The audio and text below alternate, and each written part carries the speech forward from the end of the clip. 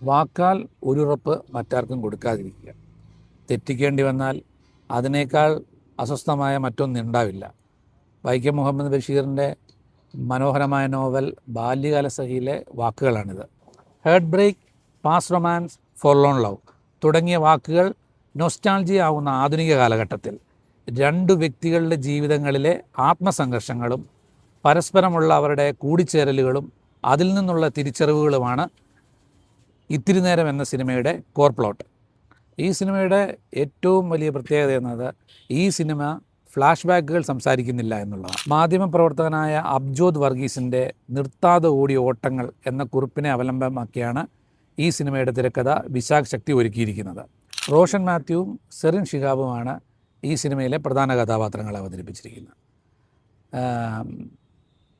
96ൻ്റെയും തൂവാനത്തുമ്പികളുടെയും character പാറ്റേണിങ്സ് ഈ cinema പിന്തുടരുന്നുണ്ടെങ്കിലും ഇതിലെ തോട്ട്ഫുള്ളായിട്ടുള്ള gestures, പ്രത്യേകിച്ച് കഥാപാത്രങ്ങളുടെ നമുക്ക് നല്ല രീതിയിൽ ഇമോഷണലി പ്രേക്ഷകനുമായിട്ട് കണക്ട് ചെയ്യുന്നുണ്ടെന്നുള്ളതാണ് ഈ സിനിമയുടെ ഏറ്റവും നല്ല പ്ലസ് പോയിൻറ്റ്. അതിൽ ഡയറക്ടർ പ്രശാന്ത് വിജയുടെ ഒരു പ്രത്യേക കോൺട്രിബ്യൂഷൻ നമ്മൾ എടുത്തു പറയേണ്ടതാണ്.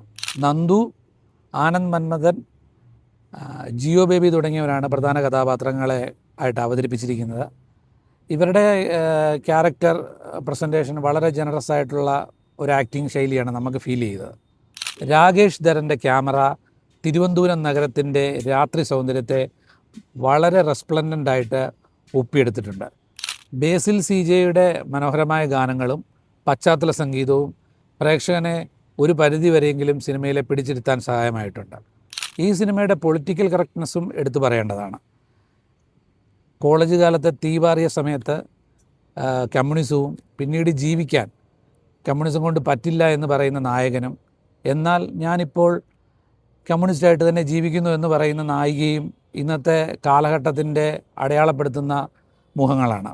അതുപോലെ ചഞ്ചൽ എന്ന കഥാപാത്രം ശരിക്കും പ്രേക്ഷകരെ കുത്തിനോവിക്കുന്നൊരു കഥാപാത്രമാണ്.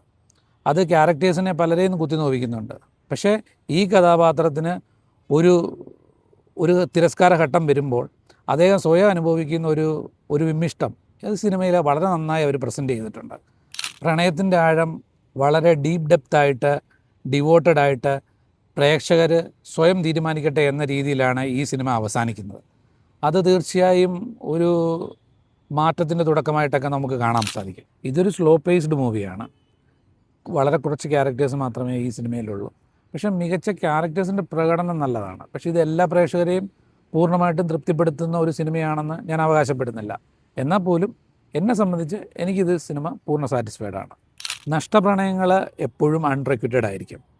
കാര്യം അതൊരിക്കലും തിരിച്ചു ലഭിക്കില്ല എന്ന സത്യം നമ്മൾ മനസ്സിലാക്കിയേ പറ്റൂ. ഈ സത്യം തിരിച്ചറിയുകയാണെങ്കിൽ പ്രണയത്തോടുള്ള നമ്മുടെ കാഴ്ചപ്പാടും ചിലപ്പോൾ മാറാം. പ്രേക്ഷകനെ സംബന്ധിച്ചിടത്തോളം നഷ്ടപ്രണയങ്ങൾ ഇഷ്ടമാണെങ്കിൽ തീർച്ചയായും ഈ സിനിമയ്ക്ക് ടിക്കറ്റ് എടുക്കാം. എന്നെ സംബന്ധിച്ച് ഇത് തീർച്ചയായിട്ടും റെക്കമെൻഡ് ചെയ്യാവുന്ന സിനിമയാണ്.